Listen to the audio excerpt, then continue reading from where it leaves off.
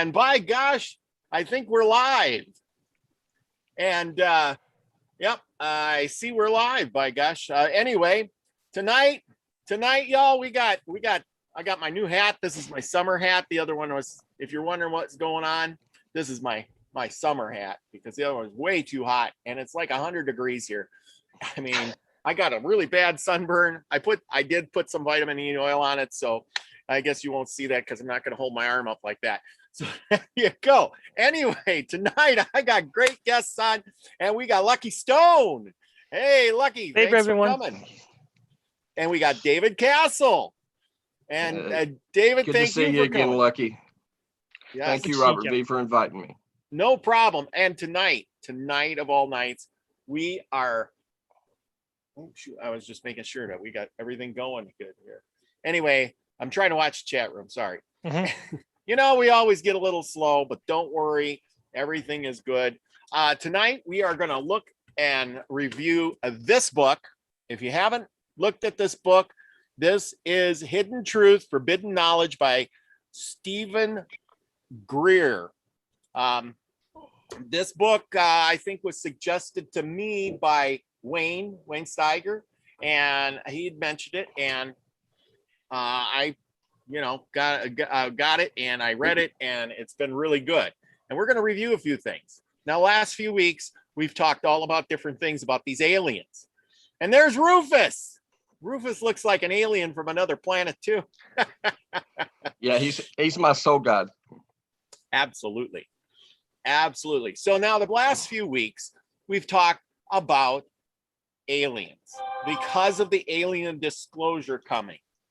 And, Deborah Truax says, no aloe vera. Yes, I put the aloe vera on. I got some vitamin E oil with royal jelly, and I put aloe vera on it. So there you go. Thank you very much for suggesting that. Let's see. What was I going to say? Oh, yeah. So we talked about alien craft, aliens themselves. Tonight is the big one. We're going to talk about contacting those aliens yourself. You think that's good? Wait till next week. We're going to talk about walking through walls, aligning your chakra and walking through walls. Anyway, I'm serious though. I really am. I'm serious. So here's the thing. What do you guys know? First off, anyway, first off, what do you guys know about aliens and contact? Well, I have not personally contacted any aliens and not even thought about it, although last week's video meeting, I mean, having a lot thinking about this kind of thing. I mean, most of my contacts are spirits that I see, forest spirits in the past deceased. And I never thought about aliens sort of thing. And you did it's intriguing. It's an intriguing idea. And maybe some of the ones I am contacting are aliens, but they don't want to tell me that yet because I wasn't ready to hear that. I'm not sure. That's interesting because I contact so many beings, and you would never know. I'm a normal kind of guy. I have a 9-to-5 job. Nothing I talk about except to very close friends and of course my wife and my son. And to them, it's a normal thing where I get information that I really should know.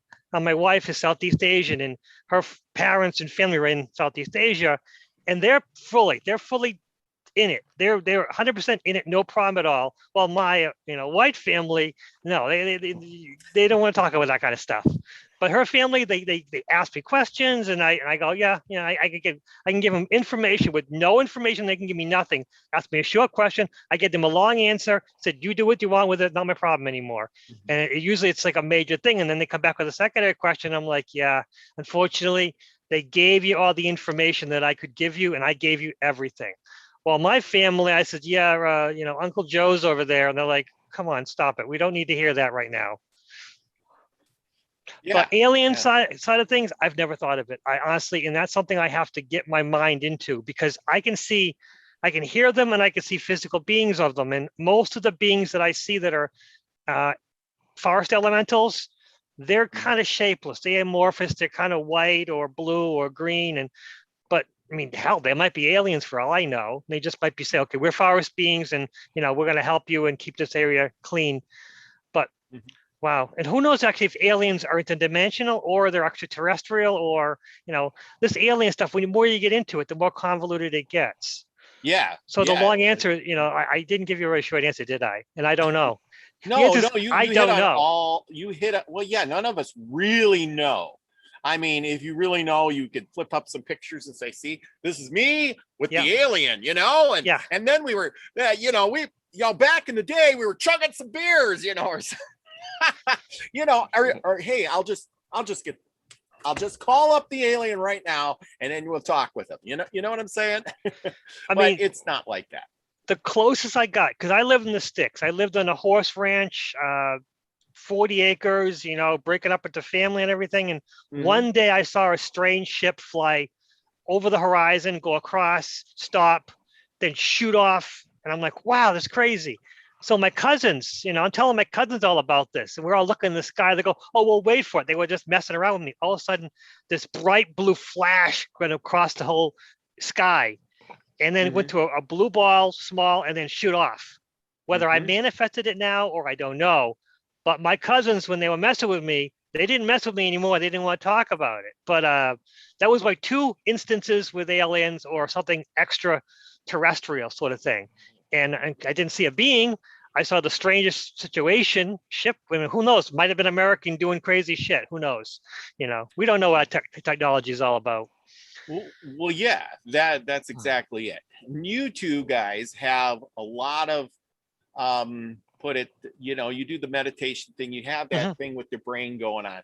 Yes. And what it is everything I've ever read is always talked about how the aliens control their ships with their mind, because there's nothing faster than your mind to control the ship. And you can't, I mean, I guess it's like when they're flying these aircraft and stuff, there's 40 million dials and levers and they're doing all these things. And how do you do that? You got to have so much going on. But if you had it in your head, you'd be able to just think it. And then they say that the ship is conscious too. And then the ship is thinking and you're thinking and you're all as one. So it's like these guys with these goggle glasses and they have the drones and then they fly like they're the ship. I think that's some kind of a beginning to all of that where, when you're seeing it, you're feeling like you're flying and you're doing the, like you're on a movie, so then they just move the controls to suit the situation. Now, I've never done it myself, but I've watched a lot of that, and seen how they control that. Plus, there is a drone out there that you put this little halo on your head. And I watched Captain Drone. I don't have his link in the description or nothing, but if you ever go to Captain Drone, he reviewed that one. You put this little halo around your head, and then you have the drone, and you literally control the drone with your mind. How cool. So go check out his video. He's from Canada. Cool. Anyway, Wow. It's all good, but they have that technology already. I mean, if they could do it with a little bitty drone, he said it worked okay. It wasn't the greatest thing in the world, but I suppose if you perfected it and you played around with it long enough, you could probably get pretty good at it. Just saying. Or worse, the American government, or who knows, the government, whoever rules us, they might have something 100 times more. And they go, okay, yeah, we want to put it into the commercial and let them see it in the beginning. Wait, pull it back. A little bit less technology. Let's make it a little difficult to use. We'll give a better version later.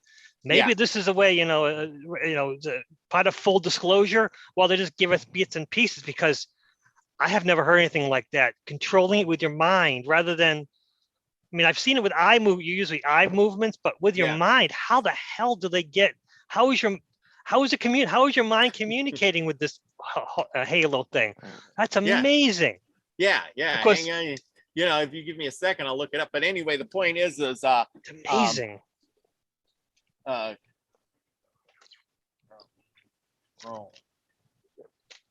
I hope you don't have to get a brain. Hope you don't have to get one of those little brain chips to be able to do that.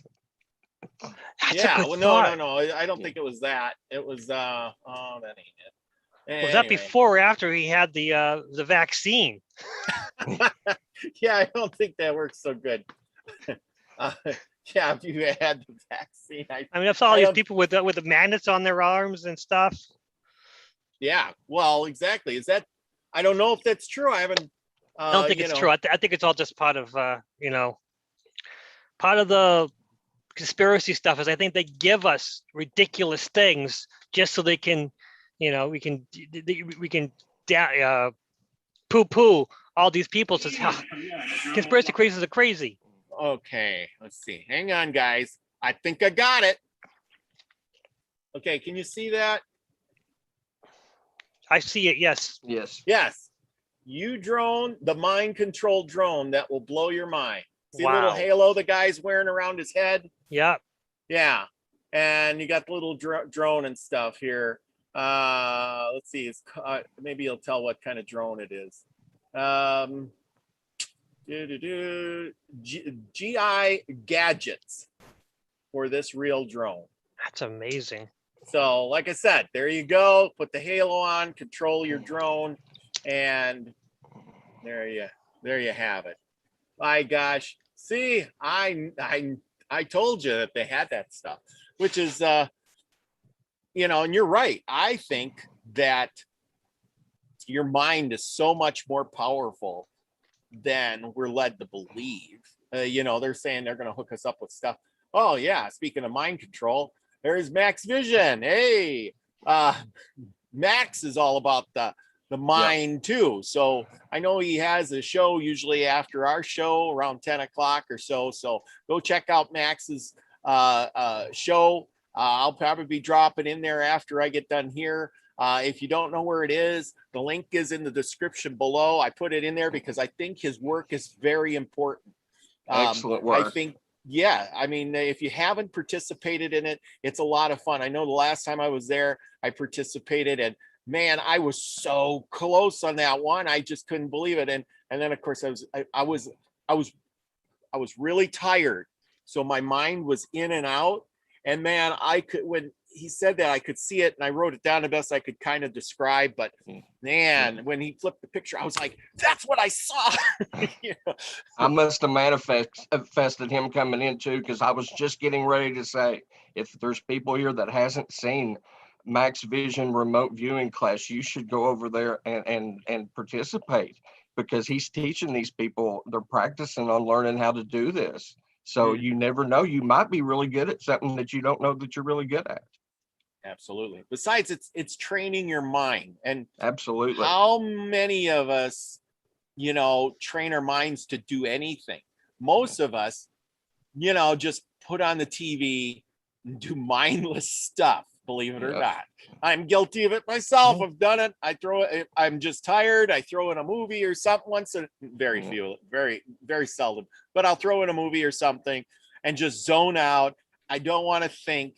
And, but most of the time I have news or I have informational stuff. I love history. So I got that playing in the background, and I'm listening and learning all the time. So it's better than watching Murder, She Wrote. Yeah. Or watch old reruns. No, just turn that off. Yep. Yeah. Pamela Jean says, after participating in Max's show, I am starting to see a lot of things when I close my eyes. And so there you go. She's doing, and that's what it's all about. It's doing the work, and then, getting better. And the mind is a muscle. And if you don't do it, it's just going to be a useless muscle. I admit that I've done Max, and I was participating a while back, and then I stopped because I was so far off. So I just started writing my own stuff down. Yeah. And I'm terrible at it. But like those ESP cards, which Wayne had, those ESP cards, the star, the squiggly lines. Yep. I bought those, and I was terrible at them. When you first showed them, I was absolutely awful. I was absolutely downright awful. But I did a little bit each day. I didn't kill myself. I did like 20 cards. Didn't care the results. Okay, these are the pile of good. These are the pile of bad. They're right down. I got better as time went on. So me, who talks to spirits and stuff, I fully admit that some of the psychic stuff, I am absolutely awful at it, but you have to practice. You can't Yes. beat yourself up for being bad at it because you have to go somewhere. If you're great at the beginning, you know where to go. If you're terrible at the beginning, you have so much potential to go somewhere. And with Max's thing, I participate a little bit, but I'm still not very good at it, but I still keep my notes. But I have watched what, during the show, when others talk about what they saw, it's amazing what they saw because they talk what they saw and then he shows the picture afterwards. So and he's all in it, that he can tell where they saw in this picture. And for me, I wouldn't know, but then I see, oh yeah, I can see the parallels right there. And Max does amazing. He's a very good at it. And I mean, Good teacher. It's a greatest. He's a free teacher. You can learn this stuff and not have to spend a dime. Just spend your time with him. He's great. Honestly, he's a great guy. Yeah. Yes. Soothing voice too. You don't get distracted by his voice. He's got a great voice for that. Yes, he does his thing, and I love how he compliments everybody. Nobody has a wrong answer, and it's like, even though I'm like trying to see it, it makes me feel like I'm really, moving forward. And so it's always a positive reaction I get every time I go. So I feel better at doing it every single time. Right.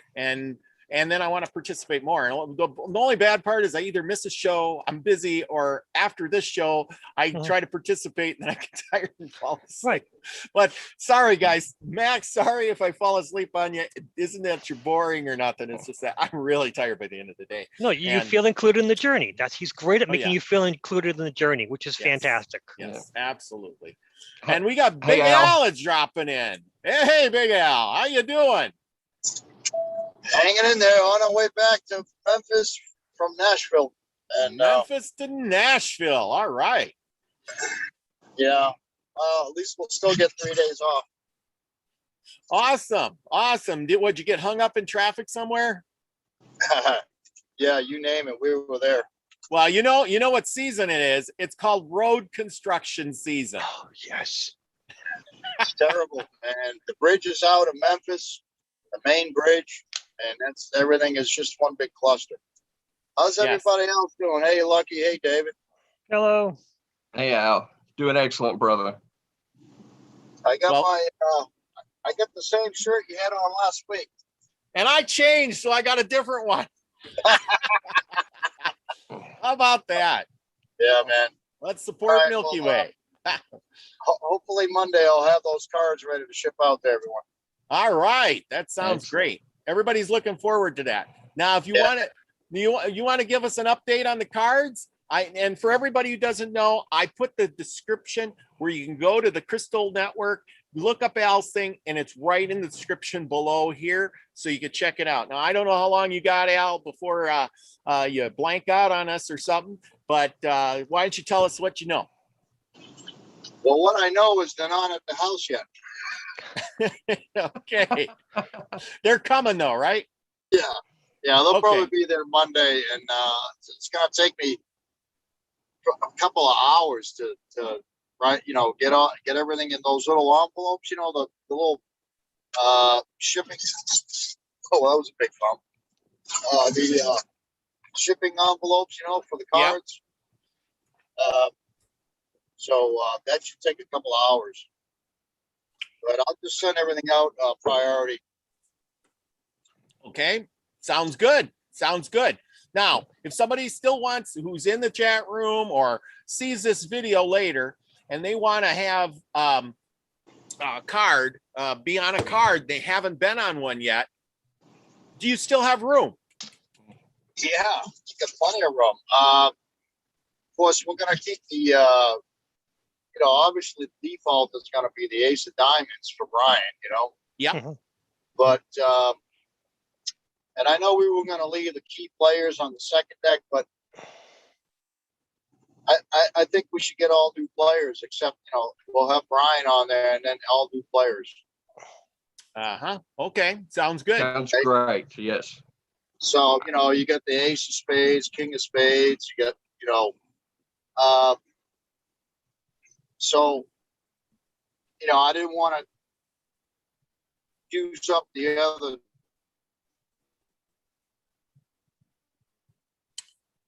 and he's freezing up again. 11, 12 folks that's on the first deck and put them on the second. All right. How Sounds about- good. Can you hear me now? Yeah, you're in and out. You're in and out. Okay. All right. Well, anyway, yeah, I need some more pictures and zodiacs. Send alsorello@gmail.com. Or you can order cards on Andromeda 7 or at Queen Courts or your channel for that matter, Yes. right? Yep. I got links on my channel to get to you. Right. No problems. You got a lot of cards left over yet, right? You got cards to send out if they want them right now, and you're going to send them out as soon as you get them. You got cards to go, right? I got 60 extra decks right now. Awesome. So people won't have to sit and wait for 6 months to get one. You can get They're one beautiful, ordered today. Al. You did great work. They're beautiful. I mean, Lucky, if you want one on the second deck, the Jeff from He's gone. He's in, he's out. He's back again. I'm on the And- first deck. You're on the first deck? Oh. So am I. Yeah, I'm on the first deck. I have an You're order on in the already. first deck. Yeah, I have an My order. bad. No, My it's bad. fine. No, I have. My real name is not Lucky Stone. Just my channel.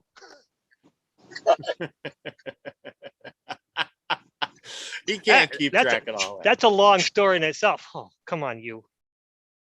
I know, but we all know you by Lucky. Lucky Yeah, Stone. exactly. No, Everybody. that's. So, I have no problem with that. everybody. I have. you know, People call me different names. Yeah, well, and the way it goes, that seems to be how it works for people. They just take on a new name and they stick with it, and it's like, wow, well, that fits you.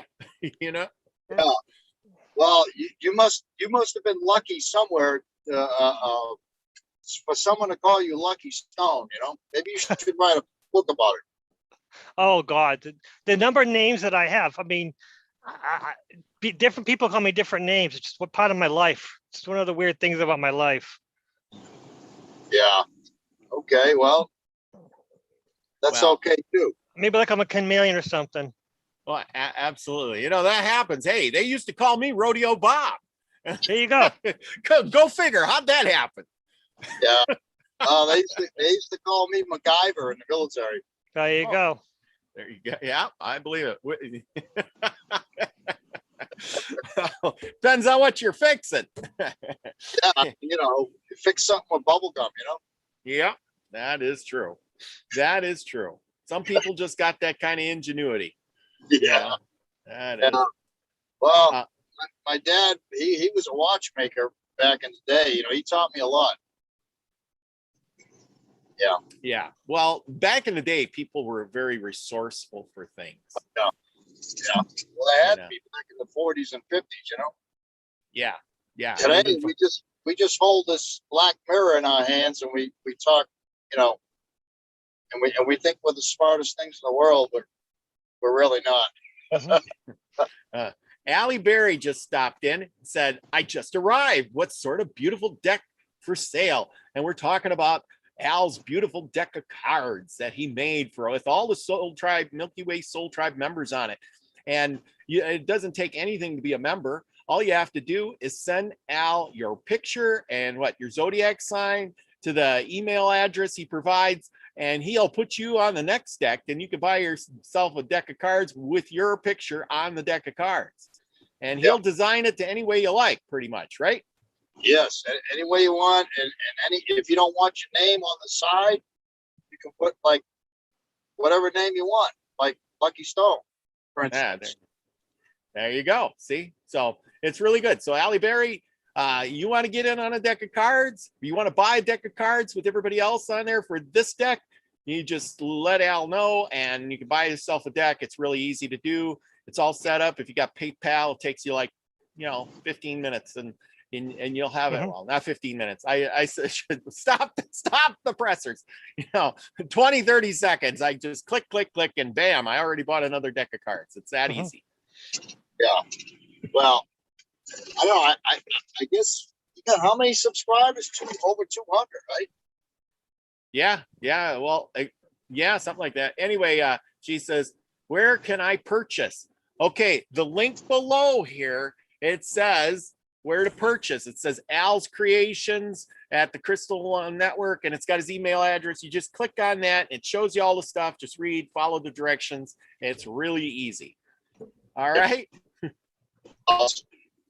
She Well, says, all right. I'd wait even 15 minutes. I don't think it'd take you that long. Mhm. It doesn't take me that long. I've ordered several bunches of decks already. So when we get those in, hopefully we get them in soon. And then on the 3rd of July, we're going to have a little wing ding for Brian because it's been a year.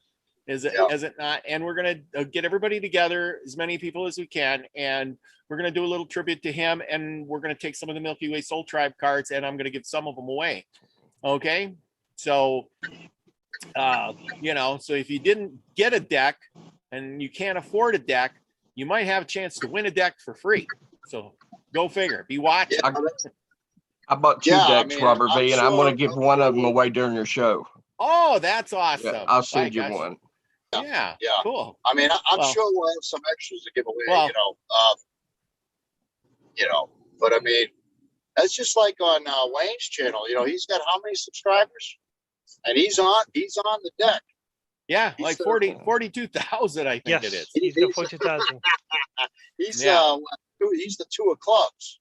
Yeah. So yeah. Whatever. I would have thought by now people would have got excited over that.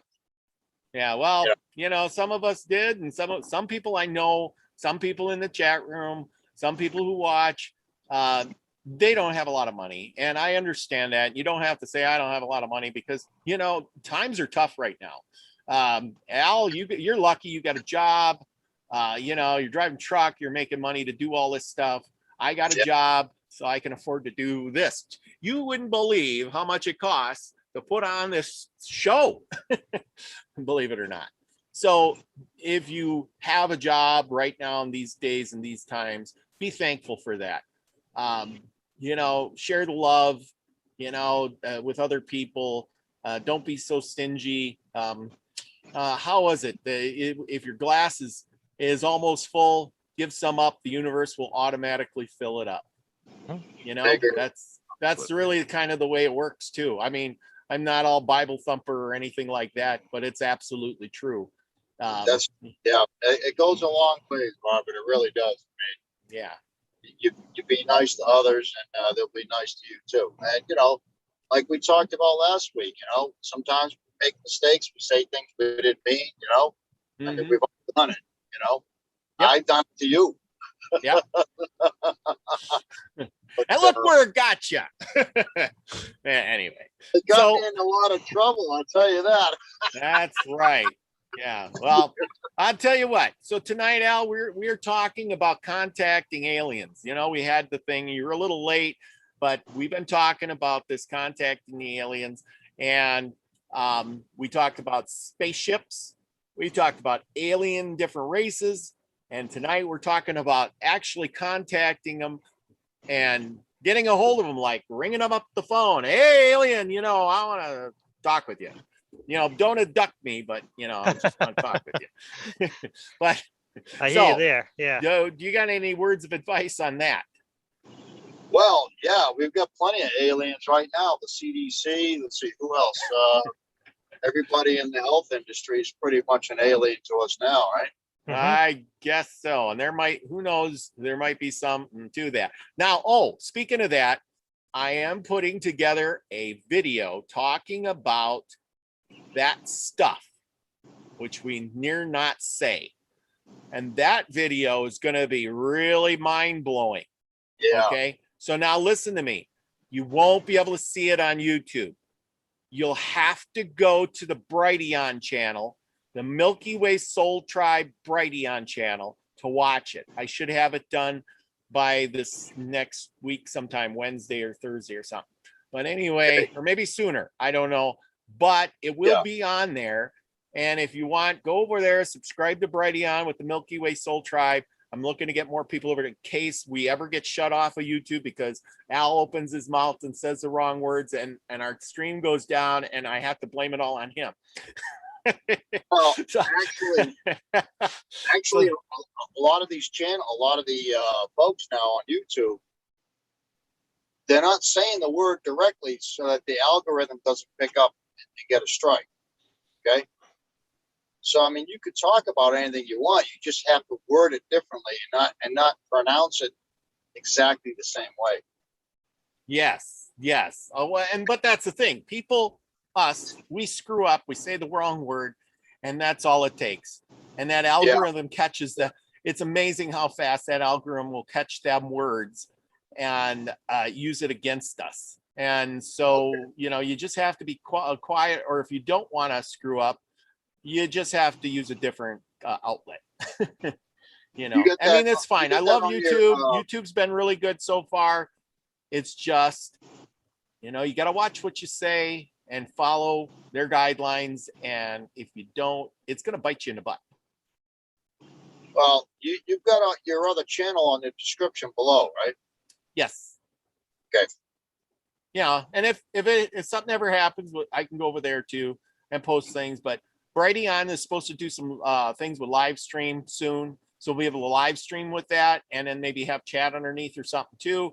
And, if that comes to that, we'll have different shows over there for things we really want to talk about, which will be really good. So, and if I have to, I'll go to different sites too. I noticed like Jeffrey Dartrey, who does the Christian Whistleblower, they axed his channel and now he's got a new channel called Resistance Radio. So if you missed where he is, go and subscribe to him over there. Remember, he used to do the Not Your Normal Sunday Morning with Wayne.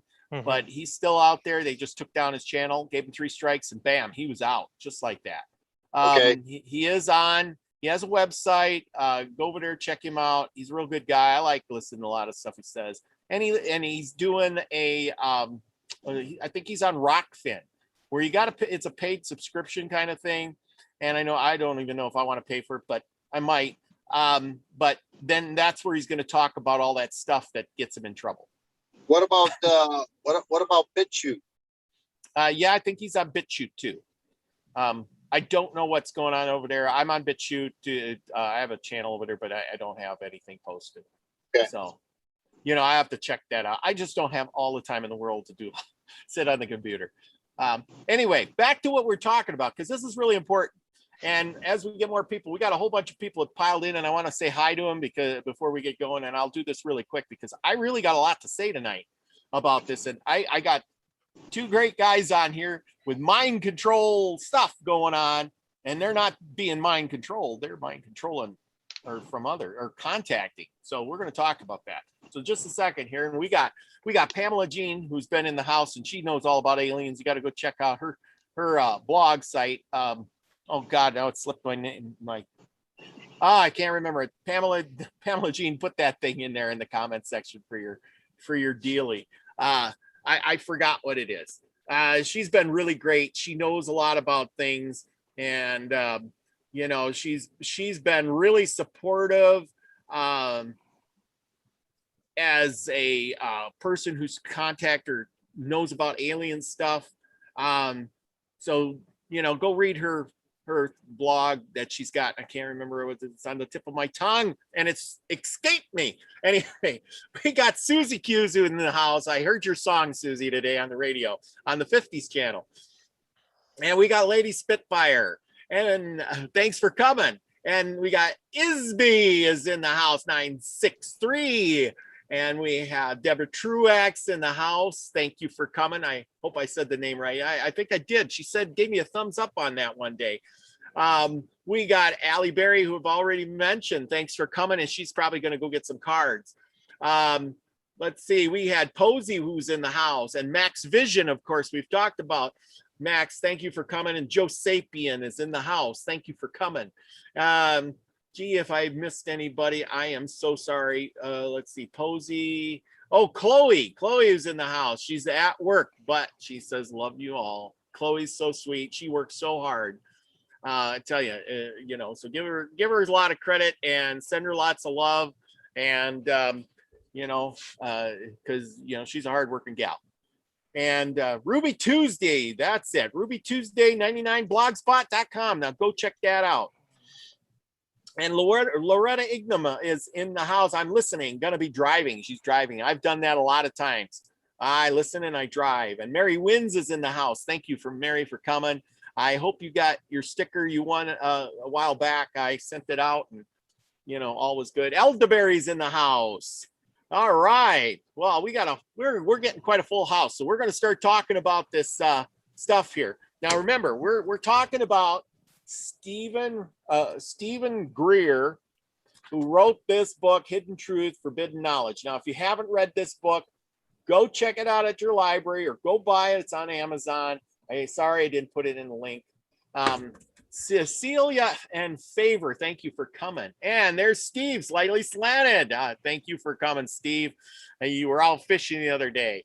One of these days, I'm coming to Minnesota, and you're going to teach me how to fish a little bit anyway. Anyway, so here's the thing. Stephen Greer, we're going to go right to the front. I made bookmarks here. And Stephen Greer, he was a physician. He's got a story behind it. It's in the book. And he has started SETI. He founded the Center for the Study of Extraterrestrial Intelligence. SETI, SETI. So that it's an ambassadorship between humans and off-planet cultures, but this time it's not merely science fiction. So there you go. That was from the book. This is a real thing. Check it out. He's got a whole thing. He's got a YouTube channel out there. It's very interesting. I am going to give you a little bit of this. I bookmarked this. Oh, this is kind of how it happened. Now, if you don't mind, I'm going to read a little bit, and this will be interesting. Lucky, you'll get a lot out of this. And David, I think you will too, because I think it pertains to you guys. I just don't have I've never had this kind of experience. So listen, he says, and in the spring of 1973, I injured my left thigh. I made plans to bicycle from Charlotte to the Barrier Islands on the North Carolina coast, a 200-mile trip. I neglected the injury and went ahead with my plans, traveling the entire distance to the coast in one day. Then returning to my small efficiency apartment in Charlotte, a horrible infection developed in my leg and spread throughout my body. I was so sick because of too demanding work and school schedule. Now remember, he's a young guy at this time. He's going to school. He's a college kid. I was run down even before this happened, and I was also poor. So seeing a doctor was out of the question. As a physician now, I know what happened to me. I became septic, which means my bloodstream was infected with an accompanying by a very high fever. There was also skeletal muscle breakdown, overloading my kidneys. All these proficiently fatal symptoms, and I was spiraling into that point. A 17-year-old alone without a phone, trying to nurse myself back to health, not fully understanding the severity of my condition. It brought me to a near-death experience, finding myself suddenly released from my body. Now, I know a lot of you people who watch the show, who've been in these things, have had these outer body experiences or had near-death experiences. Have you two both have near-death experiences? I've been in a couple severe accidents, but I wouldn't have called it near death. Okay. Lucky? No? Yeah? Yes. Yes. Very young. Very young. Very young. That was the beginning of my problems. Yeah. Oh, okay. Well, there you go. There you go. I've heard this story before. Maybe I've read this book. I don't know. This sounds awful familiar. This is weird. Well, that's what I'm saying is that's why I thought of you tonight. And I was like, man, he is going to relate to this really well. I was carried out into the depths of space where I already felt at home. Then I experienced what I now understand to be God consciousness, where my individuality became faint as it merged with the influx and unbound, pure, infinite mind. There was no duality. It lasted for what seemed to be an eternity because a normal sense of time disappears.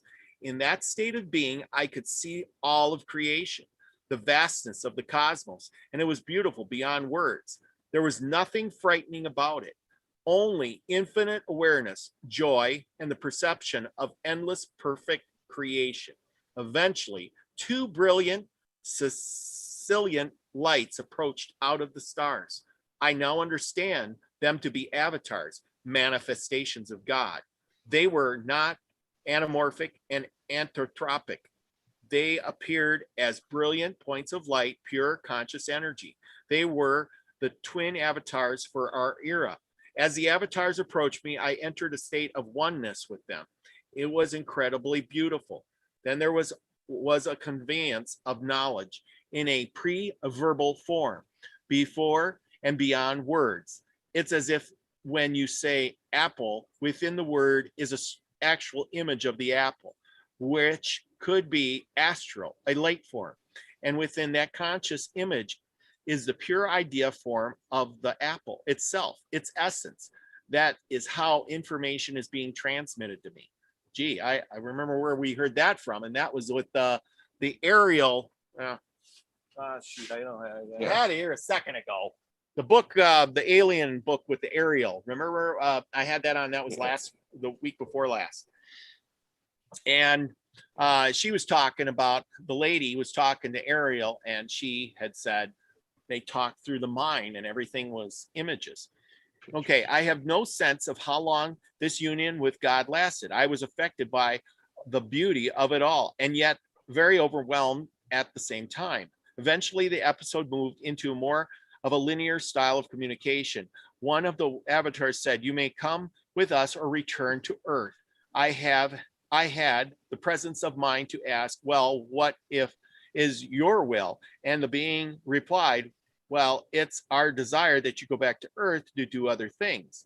With that, I became depressed, having no interest at that point in coming back to Earth. I would have been happy to remain in the state of awareness in that place of places, but I somehow knew the highest response of human will is acceptance of the divine will, and yes, or said, "Okay then." And with that, I acknowledged the reality and the very exalted celestial beings that exit the existence of the Godhead and the oneness of creation and divinity. And that's what I experienced, complete, perfect oneness of the unbound mind and the creation as one. Then I sort of lost consciousness and fell back into my body, just short of a whoosh.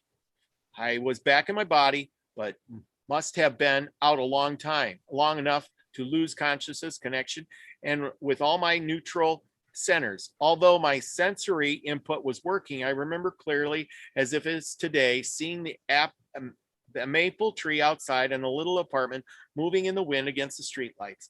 But I couldn't move. I thought, oh great, here I am back in this messed up body, paralyzed. I truly thought that I had been so damaged from the severe infection that I've been paralyzed from a stroke. Now, this is where it gets good. Now, I don't know how many people out there have died and, come back, but this is what happened. As it turned out, that was temporary phenomena. Today, it is understood that in the prolonged near-death experience, it takes some time to be reconnected to the physical body.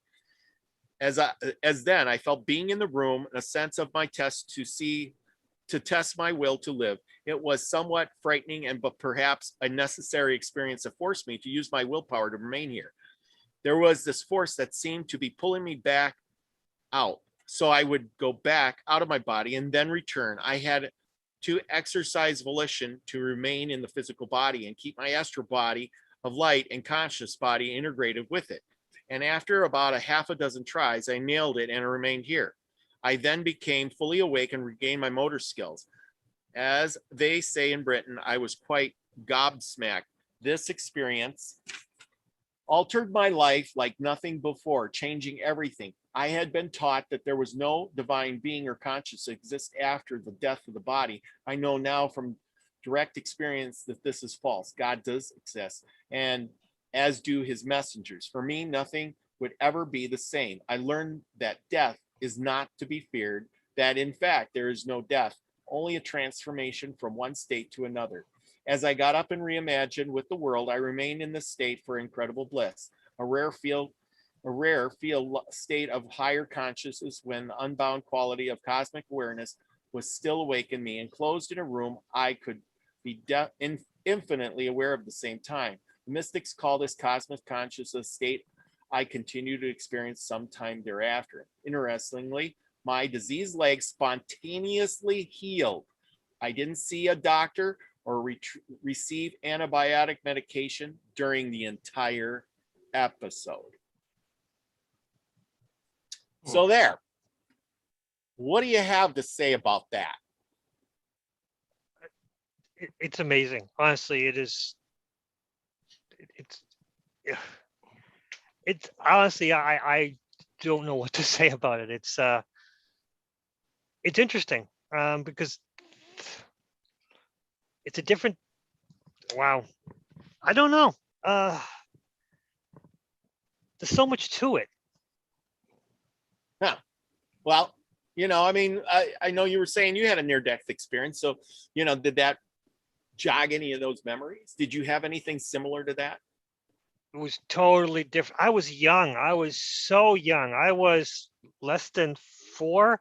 I do remember it, but it was everyone being it's just like everyone being light beings, smoke beings. It was hard to express. And I mean, even after that, when I talked to the spirits, which was like no problem at all, language is irrelevant. It was the big we talking about, they would say apple and you have the image of the apple, and it wasn't more like flashcards of an apple. It's like more of the whole apple being into your mind. It is so hard to explain what it's like to talk to spirits, because they can speak any language at all, but the concept of, and it wouldn't just be someone said apple, there'd be the image of a Macintosh red apple, in that little green and red, and you would have the whole concept, rather than someone just would say apple, but you have the whole concept of a 3-dimensional apple in your head, and it really does jog me. And he's talking about the spirits and existing them and them taking him away and healing him. It's amazing. And he never said that they healed him. He said he healed himself. He never said anything about they were going to heal him. That's a good point. But that's the thing. He spontaneously healed. So, and I think that we all have that power. We just haven't tapped into it yet. Because, I've read a lot of things where people, they got cancer and, one thing leads to another. And the next thing you know, they don't have cancer. Well, what happened to it?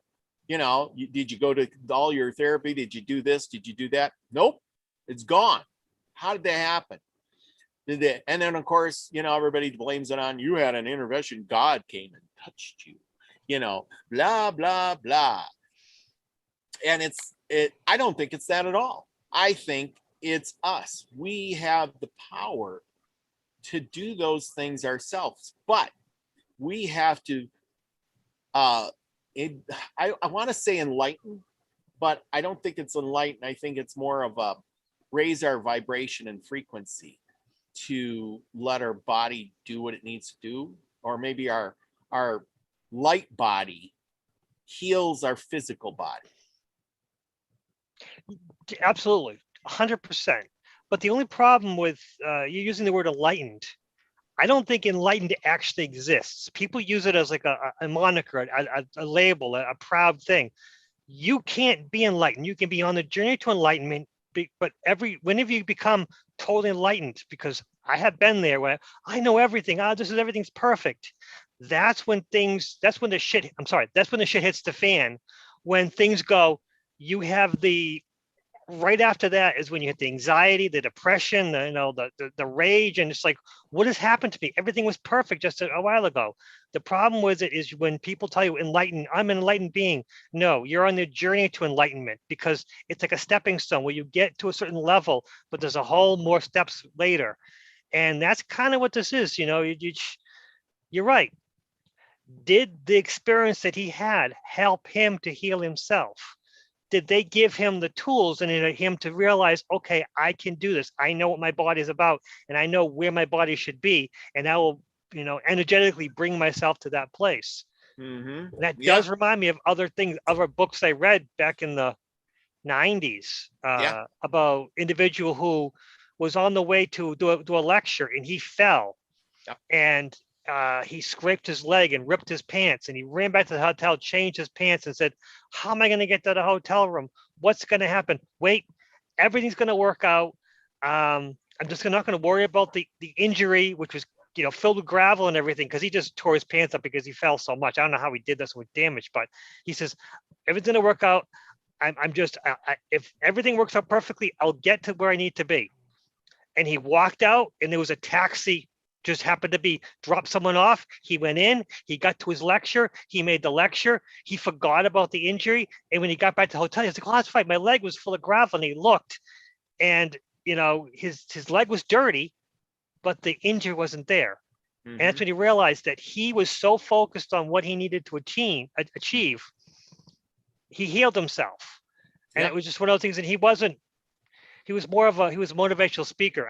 This book, I have no idea what this book is. And I think it was made in the 80s for all I know, but he was talking about, and this was before the Secret and everything like that. He was just talking about how to heal yourself it was less psychic, but more about just getting yourself focused. And it was less about God, but more about spiritualism. But this before all this it was like, I got a book before even this thing came out. I don't know what this book is even, but I remember reading this book. It was so fascinating that he was talking about more of a motivational things that you can heal yourself, but you have to believe in yourself. And what does it say? He said something about, if you need to manifest something, start with something that is just a little bit out of reach, but just it's possible, but it's a little bit out of reach. That's your goal. And if you don't get there, you'll get a little bit towards there. But, and as you get practice, the things that will be a little bit out of reach will be easier to get. And eventually you'll be able to manifest the things that are for others are impossible. But because you keep leveling raising the bar a little bit at a time. Like I said, this was something that was well before the big, surprise and everything about, the Secret. Yeah. Yeah. Well, if you come across that book, let me know. I'll get it. I'll read it, and then we'll have to talk about it. Oh, that book is probably in a box somewhere in this. Well, you're talking like about, I said, no hurry, man. Don't tear your house apart. But if you run across it sometime, or you remember what it's called, you just let me know. Like I said, I'd love to get it and read it, and we could have a show on it or something, because that sounds really interesting. But it's so true. Like yourself. I mean, I get there and I give myself a big hug, every day, and say, I love my body, and, I'm glad to be here, and I'm going to take care of you. And, I'm going to put the right foods in you, and I'm going to do the right things. And, do I look like an old man? No, I'm pretty good. Yeah. I'm going to be like Al's like a little older than me. He's like, 95, I think. Aren't you, Al? Yeah. I'll be, 62 in July. Well, there you go. He's going to retire pretty soon. Dang. But the problem is, even though I read that book back in the 90s, it never stuck. It stayed in my head, the back of my head, but until Wayne and his favor declaration, and honestly, the favor declaration gave me so much. It gave me a foundation to manifest and to acknowledge that I have these abilities, and it's okay, that I am the power of myself, and I work with favor. There's no other being. There's no deity or angel or saint to work with. It's an energy that works with me. It's not. It's part of me, and we go hand in hand. And maybe that's it. The aliens. Maybe you're right. The aliens didn't heal him, but they gave him the option to heal himself. They gave him the choice whether to come back or to stay with them.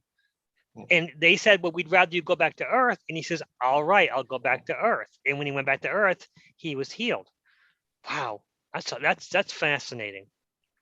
And he was a doctor, right? He was an ER doctor, and he quit being an ER doctor so he could do this. So the event that he had was such a positive energy exchange that it changed his life path. But you got to think about, did he manifest this in his brain for something like this to happen? Because he wanted to be a healer, evidently, in the first place. That's why he was going to be a doctor. And then when this energy event happened, he healed himself.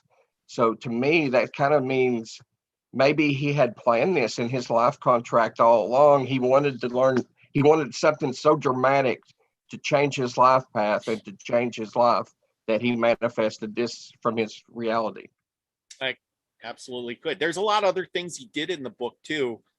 I'm not going to go through them all, but you know, he had things where he could tell what was wrong with somebody. You know, he knew that somebody was coming into the hospital and he had to be there because you know, and there was, you know, certain little things like, here's a diagnosis, doctor, and he's like, no, it's not that, it's this. Well, how do you know? You didn't look at him, you know? Well, here, okay, we're going to do this anyway. But he knew that? The aliens didn't tell it? Because I don't know. No. By leaving his body, he I think he gained this extra perceptionary stuff, you know? This alien stuff parallels the spiritual being stuff. There's a big parallel to this. Huge parallel. That's what I'm saying is I think that the spirits and the aliens are on the same kind of wavelength. I mean, I think we should be able to talk to them all. But the thing is that they figured out that they're if you read the alien interview, it basically says we're all, anything with a consciousness is a light being of some sort, and then the light beings take on different bodies. They've invented different bodies so they can experience the 3D world. So the aerial being took on a doll body to experience things through that, and then she could jump out of that and into something else. And the thing is we're in this meat suit body and we just don't know it because our memory was wiped. Now, if you're putting all that together, I guess that's true, because people have had regression therapy and they know of other lifetimes and with vivid detail. So how can that be? So it just puts a lot of question marks. And Wayne's had some shows on that too, and I've looked it up. And I got the Journey of Souls, and I read that, and that was a great book that talks about the regression and how this guy talks about their past lives, and you know, they can recall many past lives. Well, how is that possible if you're only living this life, right? So I want to now. This is going to be a little tidbit. I ain't going to read too terribly much, but it talks about his first experience of contact. Now, if you guys want to interrupt, just let me know, say something, and I'll stop if you got a comment on it. Okay. What happened so I skipped a bunch and I go here. It says, what happened that the fall of the extraordinary amplification of that near-death occurrence about 6 months earlier? I was on Rich's Mountain, about 5,000 feet above the town of Boone. At the top, there was a fire tower and then the gravel road, which is closed at the base. One crystal afternoon, I decided to go see the sunset from atop the mountain. I reached the top of the top in time to sit in meditation at sunset. Before starting, I glanced towards the southwest and saw an extraterrestrial vehicle. It was some distance away, but was just like the one I had seen as a 9-year-old. For some reason, my reaction at the moment it's them again, and I didn't really think much more about it. I simply accepted the fact and that they were there, and the ship was winked out, just like the one I'd seen years before. I then began meditating and had a beautiful, deep experience in unbound mind. Afterwards, I opened my eyes and it was pitch dark with the stars all visible. Image being as the altitude in the crystal clear dry air, viewing the Milky Way and countless stars standing there. Suddenly, I thought not my own came to mind. Behold, what a beautiful universe God has made. With that, I went into the exact state of consciousness I had when I died. The God consciousness where I was fully awake at one with the entire creation and yet present standing at the mountain. It was magnificent. Then I began the walk down. I noticed a glow off the edge of the mountain, sensed someone there. Suddenly on my right, an extraterrestrial biological life form appeared and touched my shoulder so firmly that it was like a strong finger touching me. I looked down and saw the imprint of my jacket. Every hair on my head stood on end. Somewhat childishly, my first thought was, what does this creature want with me? I got down close to the ground, and I hate to admit this, in fetal position, looking up, and he looking back. Its gender was male. I was quite peaceful and non-threatening. It was beautiful, with his beautiful, daring eyes. Then I suddenly found myself transported into the craft, where we were just out in space, sitting. I recalled that the craft became completely translucent. I had felt like I was floating in space and nothing around, as if the whole craft was made of fiber optics and its shell could disappear. Space was visible all around us. So I stayed there with the ETs, who were 3 or 4 feet tall, all whose appealing eyes it appeared with, or that we were for a purpose meditating together. They were interested in me because they wanted to contact with human beings experiencing cosmic consciousness as we do. Participating with them at this point, I taught them what that state is like for us. We shared it together in an incredible encounter, entirely different from stories usually circulated about extraterrestrial contact. So there you go. That's his first experience, but it all had to do with meditation. It had to do with, these ETs, and they wanted to know about the meditation. So, obviously us meditating to a certain point is crucial.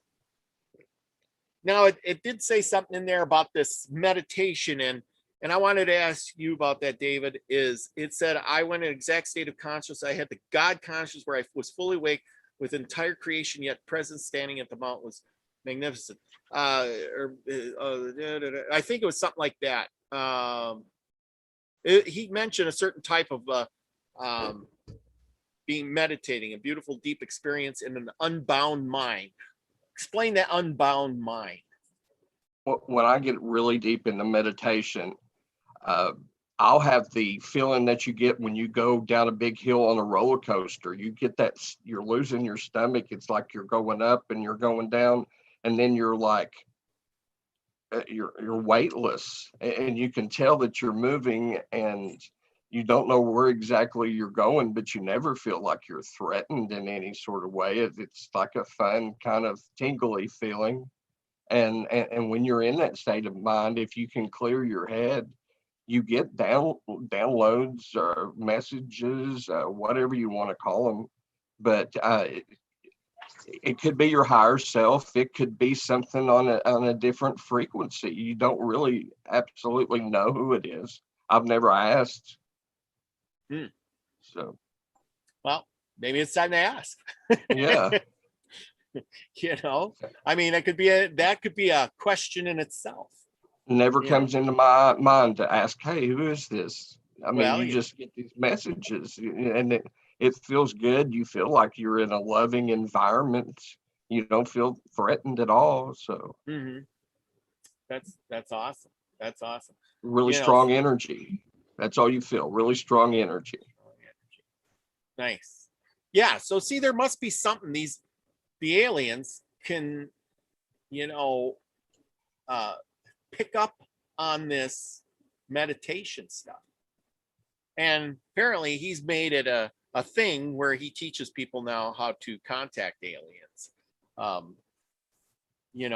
So Lucky, when you contact the spirit, you don't have to meditate to contact that spirit. They're just there. Yeah. Okay. Yeah, and actually behind David is Pranapan, which is the elephant-headed god, and one of them is next to me, really fascinated by the elephant-headed god behind. Oh wait, it's Ganesh. Ganesh is Indian. He's Ganesh.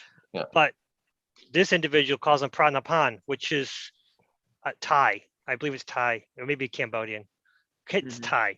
But yeah, they're also seeing things through my eyes sometimes. Yeah. And then there's the others who are just unbiased individuals who are absolutely the most difficult to work with because they see things as mathematical, cut and dry, black and white, and they try to explain things and I don't know what to do with them. And they think, why don't you understand it? It's so simple. And then I have to go. That's when I do have to go to meditation too. Like when you were talking, when you were reading, I did meditate to listen to you, to see what the image of the story is. Mhm. Because sometimes we need to do that. Sometimes we need to, pull the cord from this world around us to focus on the words, the ideas. Yeah. Because sometimes there's a picture's worth 1,000 words, but a word can mean 1,000 different things if you Yes. don't pay attention the right way. Yeah, That's one of the problems with language. the word can change the picture. Now I jumped ahead a little bit here. He had another experience, and he says, okay, if after his experience, now this is going to be good. This is a short one. I found myself back on the mountain under a beautiful starry sky, only to experience another strange phenomenon. I was perhaps 100 yards further down the gravel road. I started down the mountain and I found that with each step, I was in a state of near weightlessness, as if I was walking on the moon. My steps were actually leaps of 20 to 30 feet at once. It was more like floating than walking. There was a strange magnetic anti-gravitational effect around me, making me lighter. I wasn't a product of my imagination. My physical body was light. I was just happy as a lark. Here I was, fresh from the experience on an EVT or ETV, and now bounding down the mountain, traveling in boing, boing, boing, leaps across impossible distances. With each step, it was incredibly blissful. As I got closer to town, the phenomenon faded and my weight returned to normal.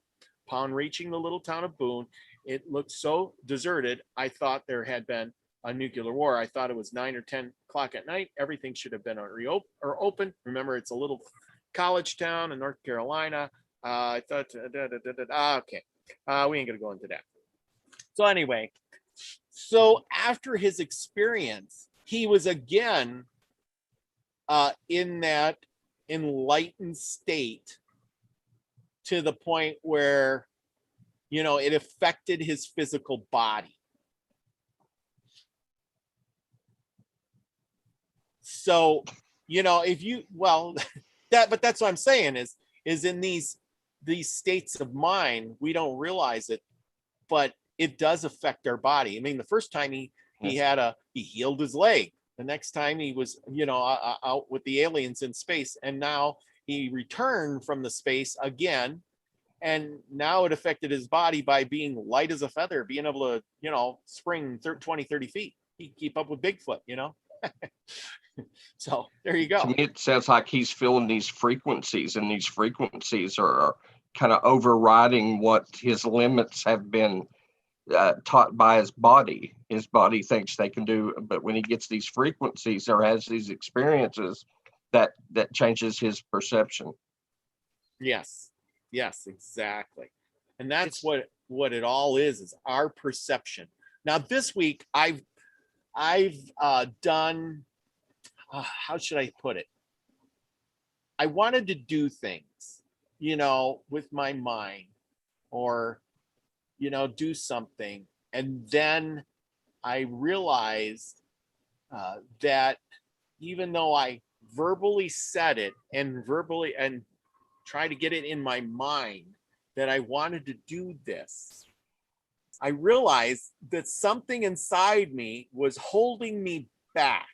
I couldn't let go. It was like I had a chain on it, like I had a dogma that, I said, okay, I'm gonna, do what I forgot what I was gonna do. But anyway, the point is I'm gonna, float. I'm gonna let my body float out of my body or something. Okay, I'm gonna have this meditation and I'm gonna float out of my body.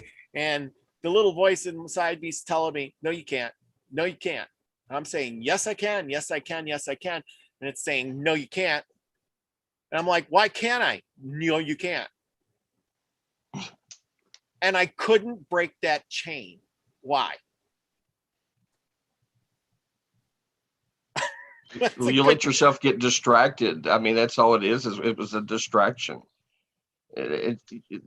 What you have in while you're here and during this human experience is that's what you're here for, the actual experience. You want to have experiences, you want to have tests or lessons, and the key to it is to be able to let go and be able to move on, and don't let those experiences enslave you. I mean, some people get enslaved by alcohol or drugs or whatnot. The It's just have the experience and then leave it alone and move on. Don't let it become an issue. It's complicated. It's like you're focused on the outcome. So, you know, you focus on the goal rather than the journey to get there. So you want to leave your body and know you can't. There's a thing where you can't is trying to protect you from something. So maybe part of you that know you can't is afraid you're going to be like a balloon floating off into space. You know, it's the weirdest thing is that sometimes our, you know, biggest naysayers, our biggest ego blocks are caused by things that try to protect us. So sometimes you have to listen to that and find out what's the story behind the no can't. You know, why do you think I can't? What can I do to get halfway there and kind of negotiate between where I am is where I want to start, where I really want to be, and then where the can't is and where can I go halfway in between. It's so complicated, you know, dealing with these personal blockages, these obstacles. And for me, every obstacle in my life, I want to see them and learn how I can use that as an opportunity to progress. Use every obstacle as an opportunity. So the no, I can't, I would have to go back into the, you know, what's the whole story? Because usually I have the wonderful ability to have full conversations with the different aspects of my own self. That's so cool. It's complicated. So the no, I can't inside you wants to protect you from what? I don't know. It knows. Yeah, absolutely. Well, I'm gonna have to work on that because I really want. It knows, and I want to know so I can get over it, so I can do those things. And also, you might be in a confrontation kind of thing where you're looking at judging. Hey, you know, I can do this, and you want to, and you know, when it says no, you can't, you have to go with more and just listen to it. You know, it says no, I can't. You have to say, why can't I? And then not have a judgmental argument to defend yourself. It's just you want to hear from the point of view of the no can't voice, and you want to get their perspective and listen with compassion rather than judgment in argument. And you just might be that if you want them to astral project, with the idea is that I want to take the steps towards the astral project. I don't have to astral project today.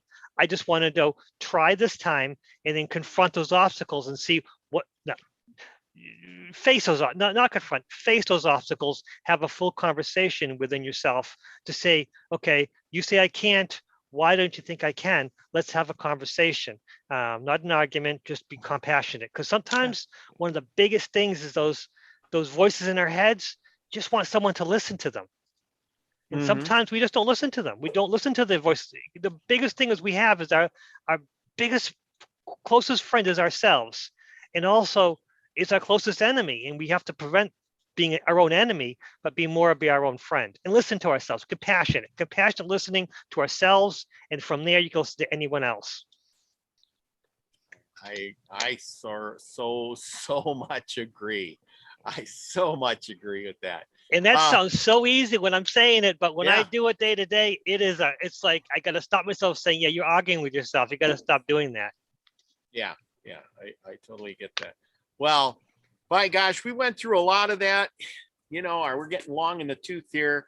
I just want to let everybody know, you know, this book is real good. You know, Stephen Greer, it says on the back, he's going into the mystery of the phenomenon itself. He talks about the U.S. government once he figured all this out. I want to close this up soon because there's a storm brewing and I can hear the thunder and the electric will go out and I'll be done. You know, if I want to be or not. Anyway, so anyway, check out the book. It was really good. He went in to try to tell the government, and it listed all in here how they just went, you know, we don't know anything about that. And you know, and then when he gets in, and it seems like the dark government knew, but the regular government had no clue. They don't want anyone else to know. Yeah, yes, I know that. I've walked into, that I've gotten into, and that's something you don't want to. Those part of beings, yes, the spirit. I mean, the government is involved with spiritual kind of stuff, and when you confront those beings, it's best to back off and let them have their space, because they're not ones to deal with at all. Absolutely. Well, thank you guys. Al, I don't know if you're still there or listening or what, but thank you for coming. David Castle, you got any last words for us? No, I was just going to say, don't let your ego talk you out of having a experience. If you want to have the experience, look up the proper way to have that experience and be able to word it properly, and then set your intentions and go with it, because limitations and barriers and programs, they don't want you to realize that they're not actually real. There's things past these experiences, and that's kept you from using like 92 to 94% of your brain that we don't use. We've got these barriers blocking them. So do it the right way, set your intentions, and don't be afraid. Don't let fear step in the way. Absolutely. Don't fear. I tell that myself every day when I do my favor thing. You know, I do the favor thing too, Lucky. I get Me there. too. I do too. Every morning. You do too, David. Oh, good for you. I do the fear and I've added, you know, I love my body, and then I try to open my third eye as much as I can, and I say, you know, I'll be brave. I'll have no fear. You know, I'm ready for whatever's coming. Help me understand the world I live in, so I may navigate through it. And there you go. Lucky, you got any last words? Oh no, favor bless you all. You know, everyone who sees this, you know, and everyone close to your heart. Yeah, my favorite declaration is 6 pages long, and there are copies of it all over the house, because I just got to see it every day. You know, I only say it once a day, but different aspects, different parts of it, I will recite to myself just so I can get that basic foundation for the day. Absolutely. Me too. I got it on the fridge as I walk out the door every morning, and I look at it. I read it. I used to read it, but I got it kind of memorized, and now I just go out to the truck and I'm favor my house, and favor in the spiritual realm, and favor my food pantry, and favor to my animals and my things, and and hey, have favor throughout the day. Al, safe driving. Can you hear us? Yeah. Good. Yeah. Can you hear me? Yes. Got any last words for us? Yeah. You know, I've got those 5-gallon buckets of food, you know, emergency food. Yep. You might want to go ahead and get a couple of those 5-gallon tubs. All right. And if all else fails, then you can get it. See, I got this pillowcase here. Can you read that? Let's see. Hold up. Can you read what that says?